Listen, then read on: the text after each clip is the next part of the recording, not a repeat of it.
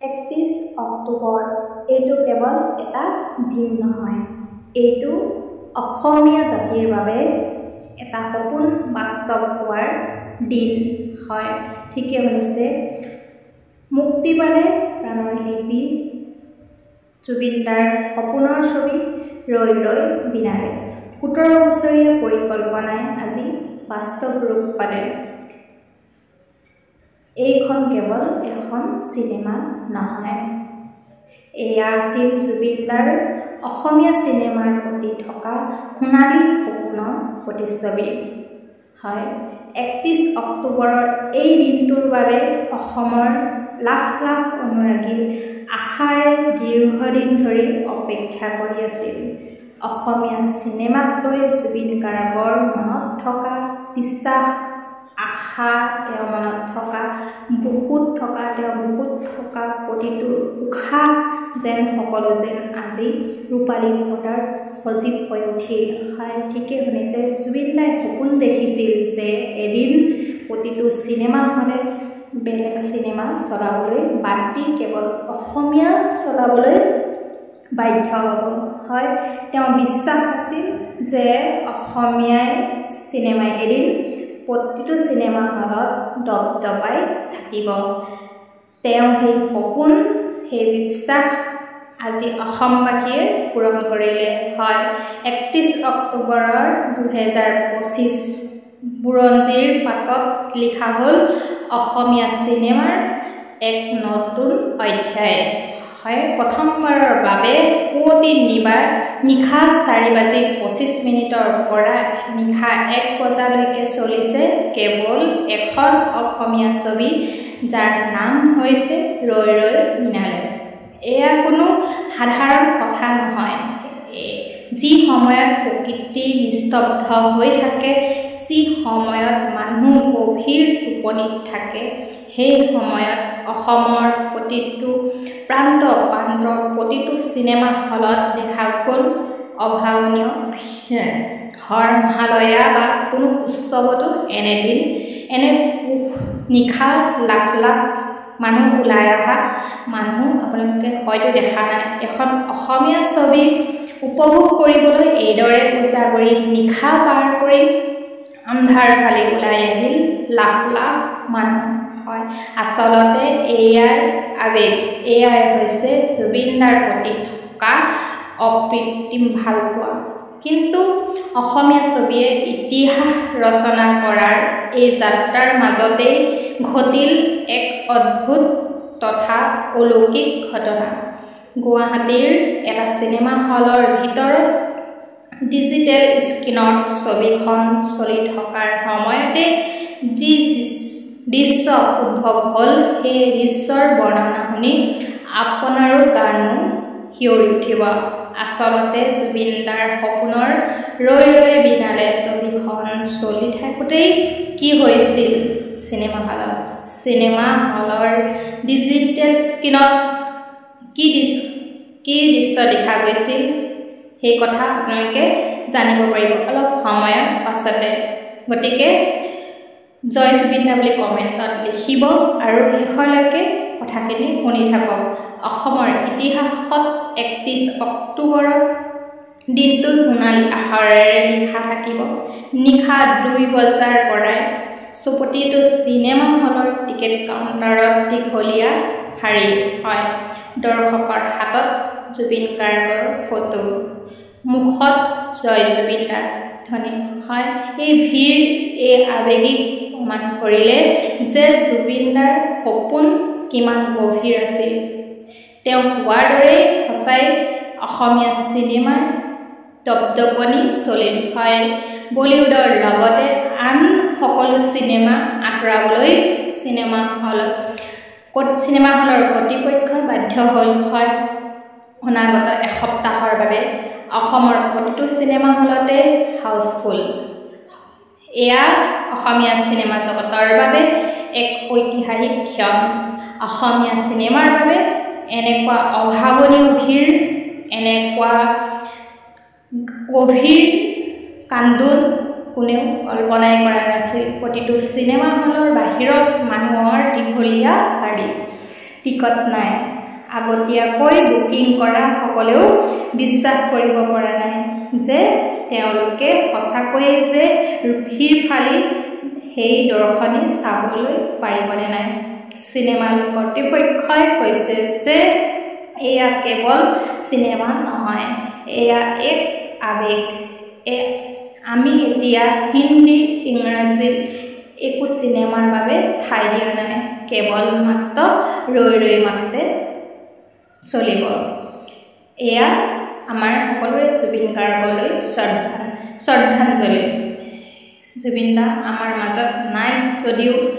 এই 17 বছৰীয়া পৰিকল্পনাৰ আপোনাৰ শিল্পী সত্ৰাৰ প্ৰতিটোপাল ঘাম এই ৰৈ ৰৈ বিনালেৰ জৰিয়তে আজি 31 অক্টোবৰৰ দিনা সাৰ্থক হ'ল কিমান যে আশা আছিল জুবিনদাৰ এই ছবিখনক লৈ জুবিনদাৰ চিঠি লিখি থৈ গৈছিল অসমীয়া মানুহে আপোনাৰ ছবি চাব আপোনাক মৰম দিব কিন্তু এই আমাৰ এই দুৰ্ভাগ্য যে এই অভিলেখ ৰচনা কৰা এই ছবিখন আপুনি নিজেই চাবলৈ নাপালে এই কথাটোৱে আজি প্ৰতিজন অসমীয়াৰ অন্তৰত গভীৰৰ বিষাদৰ ছাপ পেলাইছে কিন্তু যিজন মানুহে ইতিহাস ৰচি থৈ গৈছে তেওঁ নিজেই যে ছবিখন চাবলৈ নাপালে নিয়তিৰ কি নিষ্ঠুৰ পৰিহাস হয়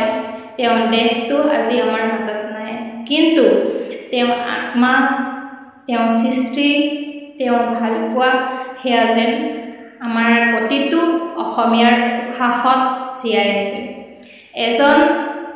অন্ধশিল্পীৰ হৃদয়স্পৰ্শী কাহিনী নিৰ্মিত ৰৈ ৰৈ বিনালে ছবিখন প্ৰেম ত্যাগ সংগীতৰ অপূৰ্ব মিলন দেখিবলৈ পোৱা গৈছে ৰৈ ৰৈ বিনালে ছবিখনত হয় এইখন কেৱল এখন ছবি নহয় এয়া যেন জুবিনদাৰ নিজৰ জীৱনৰে এক অংশ পুৱতি নিশাৰ 4:25 পৰা আৰম্ভ হৈছিল প্ৰথম দৰ্শনী হয় নিশা 1 বজালৈকে কেৱল ৰৈ ৰৈ বিনালে কিমানজন লোকে প্ৰথম দিনাই একাধিকবাৰ চিনেমাখন চালে তাৰ কিন্তু হিচাপ নাই এয়া কোনো বাণিজ্যিক সফলতাৰ সীমা নহয় এয়া জুবিন গাৰ্গ নামৰ এজন শিল্পীৰ প্ৰতি থকা অসমীয়াৰ কৃতজ্ঞতা আৰু আন্তৰিকতাৰ চিন তেওঁ সুৰ তেওঁ মাত তেওঁ চিনেমা হলৰ স্ক্ৰীণত সজীৱ ৰূপত দেখা প্ৰতিটো ক্ষণে দৰ্শকক সেমেকাই খুলিলে তেওঁ দৰ্শকৰ চকু তেওঁক যেন আকৌ এবাৰ চাইছে শেষবাৰৰ বাবে যেন চাইছে বিদায় যেন জনোৱা হৈছে এটা আবেগিক অনুষ্ঠান প্ৰিয় দৰ্শক ৰৈ বিনালে সিনেমাখন চলি থকাৰ সময়ত ডিজিটেল স্ক্ৰীণত কি অলৌকিক আৰু অদ্ভুত দৃশ্য দেখিবলৈ পোৱা গৈছিল সেয়া কিন্তু সকলোৱে গম পাইছে পুৱতি নিশা ৰৈ ৰৈ বিনালে চাবলৈ অহা সকলোখিনি ৰাজ্যই কি কৈছিল অনুৰাগীসকলে জুবিনদাক কেনেদৰে যে শেষবাৰৰ বাবে আজি শেষবাৰৰ বাবে এইখন পৰ্দাত দেখা পোৱা অনুৰাগীসকলে কৈছিল যে এয়া এখন চিনেমা নহয় এয়া আমাৰ জাতীয় আবেগ জুবিনদাৰ সপোন পূৰণ কৰিবলৈ আমি সকলোৱে ওলাই আহিছোঁ হয় প্ৰিয় দৰ্শক ৰৈ ৰৈ বিনালে ছবিখনৰ বিষয়ে জুবিনদাই প্ৰায়ে কৈছিল মই এজন ৰৈ ৰৈ বিনালে অন্ধ গায়কৰ চৰিত্ৰত অভিনয় কৰিম এইখন এখন মিউজিকেল চিনেমা হ'ব প্ৰেম মানৱতা আৰু সপোনৰ কথা থাকিব তেওঁ প্ৰতিটো গীতৰ দৰে এই ছবিখনত তেওঁ নিজৰ হৃদয় উজাৰি দিছিল হয় জুবিনদা মাথো এজন গায়ক বা অভিনেতা নাছিল তেওঁ এজন সংগ্ৰামী হয় যি সময়ত অসমীয়াৰ চলচ্চিত্ৰৰ বেয়া দিন চলিছিল সেই সময়তে তেওঁ সাহস হেৰুৱা নাছিল মিছন চাইনা কাঞ্চন চাইনাৰ দৰে নিৰ্মাণ কৰি তেওঁ জুবিনদাই অসমীয়া চিনেমাই নতুনকৈ জীয়াই তুলিছিল হয় কিন্তু ৰৈ ৰৈ বিনালে এইখন আছিলে তেওঁ সপোনৰ ছবি হয় বহুত মনৰ আশা লৈ তেওঁ বহুত আশা আছিল তেওঁ কৈছিল যে তেওঁ মৰাৰ আগতে এনেকুৱা এটা কাম কৰি যাব বিচাৰো যে যিটো কাম 100 বছৰলৈকে কোনেও কৰিব নোৱাৰে তেওঁ সেই আশা আজি পূৰণ হ'ল তেওঁ সৃষ্টিত অসমীয়া জাতিয়ে মূৰত তুলি ল'লে হয় ঠিকই হৈছে আপোনালোকে আজি অসমীয়া ছবিৰ বাবে যি পৰিস্থিতি সৃষ্টি হৈছে সেয়া অনাগত 100 বছৰলৈকো হয়তো কেতিয়াও কোনো দেখা নাপায় আৰু কেতিয়াও নহয় এতিয়া আপোনালোকক ক'ব বিচাৰিছো যিটো দৃশ্যৰ বিষয়ে ক'ব বিচাৰিছো সেইটো হৈছে ইমান সময় আপোনালোকে ৰখি আছে সেইটো হৈছে পুৱতি নিশা ৰৈ ৰৈ বিনালে প্ৰথম দৰ্শনী আৰম্ভ হৈছিল সিনেমা হলত নিস্তব্ধতাই আপোনাৰ বিৰজ কৰিছিল কোনো দৰ্শকৰ মুখত এটাও শব্দ নাছিল গভীৰ আবেগেৰে সকলোৱে ৰৈ ৰৈ বিনালে চাই আছিল কেইমিনিটমান যোৱাৰ পাছতে ঘটিল এক অদ্ভুত আৰু অলৌকিক ঘটনা ভিতৰত গভীৰ নীৰৱতাৰ মাজতে হঠাৎ যেন ডিজিটেল স্ক্ৰীনৰ পৰা এটা পোহৰ ওলাই আহিল ঠিক যেন আকাশৰ পৰা সৰি পলা এটা তৰাৰ দৰে হয় এই তৰাৰ আকৃতি সৰু পোহৰটোৰে খন্তেক পোহৰৰ বাবে আপোনাৰ সিনেমা হলৰ আন্ধাৰ আঁতৰাই পেলাইছিল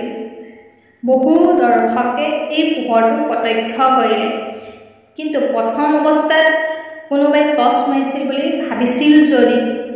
কিন্তু পাছত গম পাইছে যে হেয়া কিন্তু টৰ্চৰ পোহৰ নহয় হেয়া যেন কিবা অলৌকিক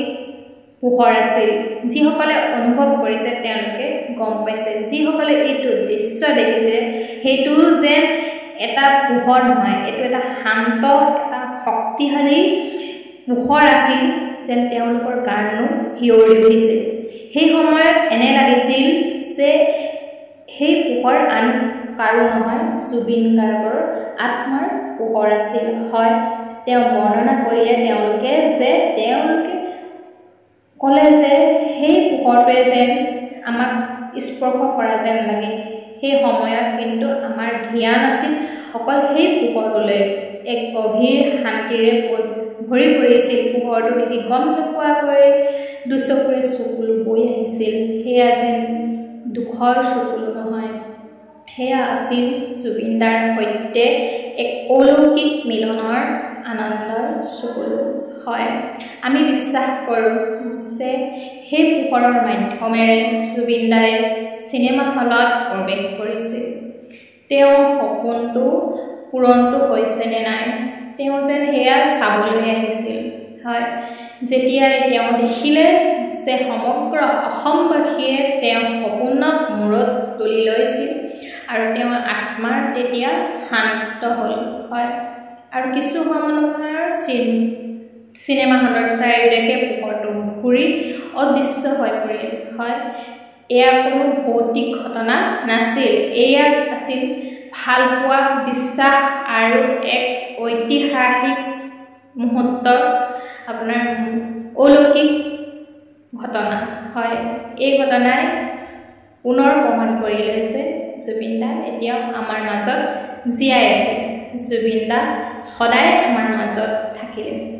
এই অলৌকিক দৃশ্যৰ লৈ পিনে আপোনালোকে কি ক'ব আপোনালোকে উপস্থিতি বুলি আপোনালোকে ভাবেনে আপোনালোকে কমেণ্টত উল্লেখ কৰিব নাপাহৰিব বিজ্ঞানৰ ওচৰত কিন্তু এই প্ৰশ্নৰ উত্তৰ হয়তো নাই কিন্তু এই আমাৰ সমগ্ৰ অসমীয়াৰ অনুৰাগী হৃদয়ত আছে জুবিন গাৰ্গ ভালপোৱা মৰম ভালপোৱা জুবিনদাক লৈ পিনে যি বিশ্বাস আছিল সেইখিনি হয়তো অনুৰাগীসকলে ভাবিছে যে জুবিনদা আমাৰ মাজত সদায় আছে জুবিনদা অনুৰাগীসকলে এতিয়াও ভাবিছে যে জুবিনদা প্ৰতিচ্ছবি আত্মাটো সদায় আমাৰ মাজত থাকিব প্ৰিয় দৰ্শক ৰৈ ৰৈ বিনালে কেৱল এখন চিনেমা নহয় এইখন অসমীয়া চিনেমা নতুন যুগৰ আৰম্ভণি হয় জুবিনদাই আমাক এটা পথ দেখুৱাই গ'ল এই পথেৰে এতিয়া আমি সকলোৱে মিলি আগুৱাই যাব লাগিব। অসমৰ জনতাই আজি ইতিহাস ৰচিলে, অসমৰ জনতাই প্ৰমাণ কৰিলে যে অসমীয়া চিনেমা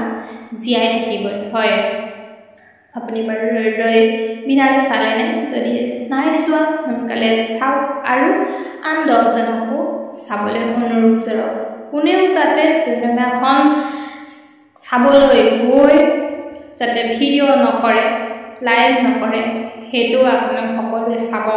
জুবিনদাৰ সপোনৰ চিনেমাখনত